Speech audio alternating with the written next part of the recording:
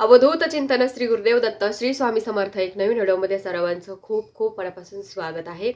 तर आज आहे गुरुवार, तर सर्व स्वामी भक्तांना शुभ गुरुवार. तर आजच्या व्हिडिओमध्ये आपण खूप महत्त्वाची सेवा बघणार आहोत आणि ही सेवा केल्यावर 100% तुम्हाला फरक पडणारच आहे. तर ही सेवा कशाबद्दल करायची आहे त्याच्याविषयी अगोदर आपण माहिती करून घेऊया.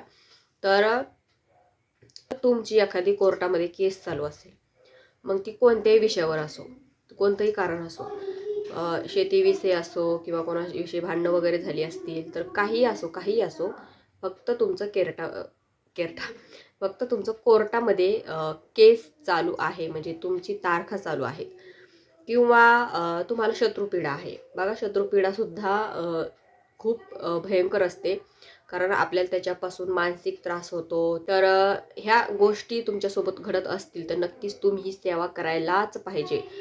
आणि खरंच खूप महत्त्वाची ही सेवा आहे. ह्या सेवेनं तुम्हाला 100% फरक पडणारच आहे. तर तुम्हाला काय करायचं आहे? तर बघा, आपल्याला माहिती आहे की कालभैरव हे सत्याचे दैवत आहेत. त्यांना खरंच वागलेलं, खरं बोललेलंच त्यांना आवडतं. खोटं बोलणारे लोक किंवा खोटं वागणारे लोक त्यांना ते सजा करत असतात किंवा त्यांना शिक्षा करत असतात ते. तर हा एक महादेवांचा अवतार आहे. कालभैरव म्हणजे महादेवांचा एक अवतार आहे. आणि महादेवांचा अवतार म्हणजे मुद्दाम त्यांनी तो अवतार घेतलेला आहे की जे लोक खोटं वागतात त्यांना ते सजा करावी किंवा त्या लोकांना शिक्षा करावी. आणि अशा म्हणजे जे खरं वागणारे लोक आहेत त्यांना न्याय मिळावा, यासाठी त्यांनी हा अवतार घेतलेला आहे. आणि त्यांचा हा जो अवतार आहे तो आपल्यासाठी खरंच खूप महत्त्वाचा आहे. जर तुम्हाला खरंच असे प्रॉब्लेम तुमच्यासोबत होत असतील ना, तर कालभैरवांच्या चरणी नक्कीच तुम्ही जावं, तुमचं घराणं त्यांच्यासमोर मांडावं आणि ते लगेच तुम्हाला मदत करतात. जर तुमची बाजूस पण सत्याचीच पाहिजे, तुम्ही प्रामाणिक तितकंच पाहिजे आणि तुम्ही जे विषय तुम्ही सांगता त्यांना त्याच्यामध्ये तुमची खरीच बाजू पाहिजे, तरच तुम्हाला ते साथ देत असतात. नाहीतर तुम्हाला ते साथ देणार नाही. जर तुम्ही खरे असताल तरच तुम्ही त्यांच्याकडे जा. तर काय करायचं आहे? तर कोणताही एक शनिवार किंवा अमावस्या, ह्या दोन्हीपैकी कोणतंही. आता तुम्ही अमावस्या येईपर्यंत तुम्हाला असं वाटत असेल की मला अमावस्या येईपर्यंत मला वाट नाही बघायची आहे, तर मला त्याच्या अगोदरच हा उपाय किंवा सेवा मला करायची आहे, तर तुम्ही शनिवारी जाऊ शकता. तर काय करायचं आहे, तुम्हाला अगोदर कालभैरवांचं मंदिर तुम्हाला बघावं लागेल, कारण कालभैरवांचं मंदिर सहसा खूप कमी प्रमाणात आहेत. तर तुमच्या एरियामध्ये किंवा तुमच्या आसपास कुठे कालभैरवांचं मंदिर आहे का, ते तुम्हाला शोधावं लागेल. तर आज गुरुवार आहे, येणाऱ्या शनिवारी पण तुम्ही हा उपाय करू शकता. तर कोणी असो, महिला असो, पुरुष असो, त्यांना कोणीही सेवा करू शकतं. तर पण ज्यांना त्रास आहे त्याच व्यक्तीने सेवा करावी. आता जर बायको म्हणत असेल की माझ्या नवऱ्याला त्रास आहे, मी सेवा करू का, तर बघा, तुम्ही करू शकता. असं नाही की करू शकत नाही म्हणून, तुम्ही करू शकता. पण ज्या व्यक्तीला त्रास आहे त्यांनीच जर सेवा केली तर त्या सेवेचं काय होतं, पटकन फळ आपल्याला मिळत असतं. त्याच्यामुळे ज्यांना त्रास आहे त्यांनीच सेवा करायचा प्रयत्न करा. तर शनिवारी तुम्ही कालभैरवांच्या मंदिरात जायचं. कधी जाऊ शकता, दिवसभरातून कधीही जा तुम्ही, जेव्हा तुम्हाला वेळ मिळेल तेव्हा जा. तर जाते वेळेस त्यांना आवडणारे पदार्थ म्हणजे काय, तर बाजरीची भाकरी, वांग्याचं भरीत, त्याच्यावर लिंबाची फोड, कांदा, असा तुम्हाला नैवेद्य ते घेऊन जायचं आहे. आता बाजरीची भाकरी, ज्वारीची पोळी काही नेलं तरी चालतं, पण बाजरीची सहसा न्या. त्याच्यानंतर त्यांना एक फुलाचा हार, त्याच्यानंतर एक श्रीफळ न्यायचं आहे त्यांचा मान सन्मान करायला, आणि ती बाजरीची भाकरी ते त्यांना नैवेद्य दाखवायला. तर त्यांच्या मंदिरात जेव्हा जातो आपण तेव्हा काय करायचं आहे, अगोदर त्यांना त्यांचा मान सन्मान करायचा, त्याच्यानंतर त्यांना नैवेद्य दाखवायचा. आणि आपण जेव्हा मान सन्मान करतो तेव्हा आपलं घराणं त्यांच्या पुढं मांडायचं आहे.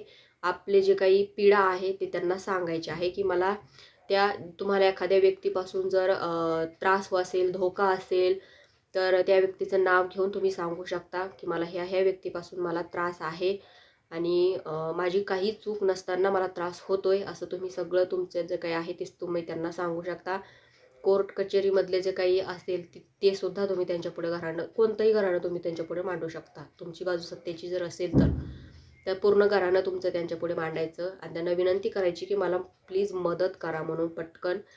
तर असं करून त्यांना नैवेद्य दाखवायचा, श्रीफळ त्यांच्यासमोर ठेवायचं, श्रीफळाची जी शेंडी असते ती त्यांच्याकडे करायची आणि त्यांच्या तिथेच म्हणजे मंदिरामध्ये, त्या मंदिराच्या एरियाच्या आसपास, म्हणजे मंदिरामध्ये बसता आलं तर मंदिरात बसा किंवा बाहेर अंगणी कुठे मंदिराच्या बसता आलं तिथे बसा. आपल्यासमोर एक दिवा लावा, घरूनच दिवा वगैरे सर्व घेऊन जायचं. त्याच्यानंतर अगरबत्ती लावा आणि खाली आसन बसायला घ्या, आपलं घरचंच आसन न्यायचं आणि तिथे बसून 11 वेळेस कालभैरवाष्टक तुम्हाला म्हणायचं आहे. आता कालभैरवाष्टक आपल्या नित्यसेवेच्या ग्रंथामध्ये सुद्धा दिलेलं आहे. त्याच्यानंतर श्री गुरुफिट ॲप हे डाउनलोड केलं तर त्याच्यामध्ये सुद्धा हे कालभैरव अष्टक आहे. तर त्याच्यावर बघून कसंही म्हणा. त्याच्यानंतर 11 वेळेस कालभैरव अष्टक म्हणा. त्याच्यानंतर श्री स्वामी समर्थ महाराजांचा एक माळ जप करा. मग कारण महाराजांचा बघा, महाराजांचा जप कशासाठी सांगते मी की आपले ते गुरु आहेत, ब्रह्मांड नायक आहेत, पूर्ण ब्रह्मांड त्यांच्या हातात आहे. त्याच्यामुळे आपण त्यांची एक माळ जप करायचा आहे. तर त्यांच्या साक्षीने आपण ही सेवा पूर्ण करायची आहे. त्यांच्या साक्षीने आपल्याला ही सेवा करायची आहे. आणि बघा खरंच खूप फरक पडेल तुम्हाला ह्या सेवेनं. कारण कालभैरवांची ओळख सुद्धा स्वामींमुळेच झालेली आहे. त्याच्यामुळे स्वामी महाराजांची सुद्धा एक माळ तुम्हाला मी सांगते करायची. कालभैरवाष्टक 11 वेळेस म्हणायचं. 11च वेळेस कालभैरवाष्टक म्हणा. एक वेळेस वगैरे शॉर्टकट म्हणू नका, कारण मंदिरात तुम्ही बसलेला आहात, त्यांच्यासमोर ही सेवा तुम्हाला करायची आहे. त्याच्यानंतर स्वामींचा एक माळ जप करायचा आहे. आणि नंतर काय करायचं आहे, नंतर हा उपाय तुम्हाला करायचा आहे. तर जी तुम्ही अगरबत्ती समोर तुमच्या लावली होती ती अगरबत्तीचा अंगारा जो खाली पडलेला आहे हातामध्ये, त्याच्यानंतर तिथल्या मंदिरातला जो अंगारा असतो तो पण थोडासा त्याच्यात मिक्स करायचा आणि ज्या व्यक्तीचं साठी तुम्ही सेवा करत आहात तर त्या व्यक्तीचं नाव तुम्ही तिथं बोलायचं आहे. तर आणि नाव बोलायचं आणि ज्या दिशेला, म्हणजे गाव असेल, शहर असेल किंवा घर असेल, जिथे तो व्यक्ती राहतो, ज्या व्यक्तीपासून तुम्हाला त्रास आहे त्या व्यक्तीच्या दिशेला तुम्हाला तो अंगारा त्याचं नाव घेऊन तुम्हाला फुंकायचा आहे, म्हणजे फुकून द्यायचा आहे. एवढं तुम्हाला करायचं. त्याच्यानंतर घरी यायचं. आता घरी आल्यावर काय करायचं आहे, प्रत्येक शनिवारी, रोज नाही करायचं, प्रत्येक शनिवारी तुम्हाला घरी बसून एक वेळेस कालभैरव अष्टक लावायचं, एक वेळेस कालभैरव अष्टक म्हणायचं. समोर सेम अगरबत्ती दिवा लावायचा, आसन खाली बसायला घ्यायचं आणि एक वेळेस कालभैरव अष्टक म्हणायचं आणि तो अंगारा जो आहे खाली पडलेला अगरबत्तीचा सेम त्या व्यक्तीच्या नावाने त्या व्यक्तीच्या दिशेला तुम्हाला फुंकून द्यायचा आहे. तुम्हाला प्रत्येक शनिवारी हा उपाय करायचा आहे. आता हा उपाय म्हणजे कव्हरक करायचा, म्हणजे कारण कव्हरक करायचा आहे.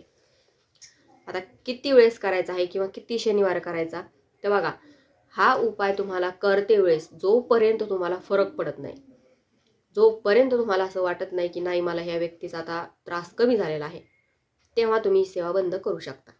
तोपर्यंत सेवा करा, जास्त वेळ लागणार नाही, 2-3 मिनिटात ही सेवा होऊन जाते. पण ह्या सेवेनं खरंच खूप फरक पडतो. 100% खात्री सांगते की तुम्हाला या सेवेनं फरक पडणारच आहे. जी काही तुमची पीड आहे ती सगळी संपून जाणार आहे. नक्की करून बघा. तर आजच्या व्हिडिओमध्ये इतकंच. व्हिडिओ आवडल्यास व्हिडिओ लाईक करा, शेअर करा, चॅनलला सबस्क्राईब करायला विसरू नका. झालेली सेवा श्री स्वामी समर्थ महाराजांच्या परमपूज्य गुरु माऊलींच्या चरणी रुजू करते. श्री स्वामी समर्थ.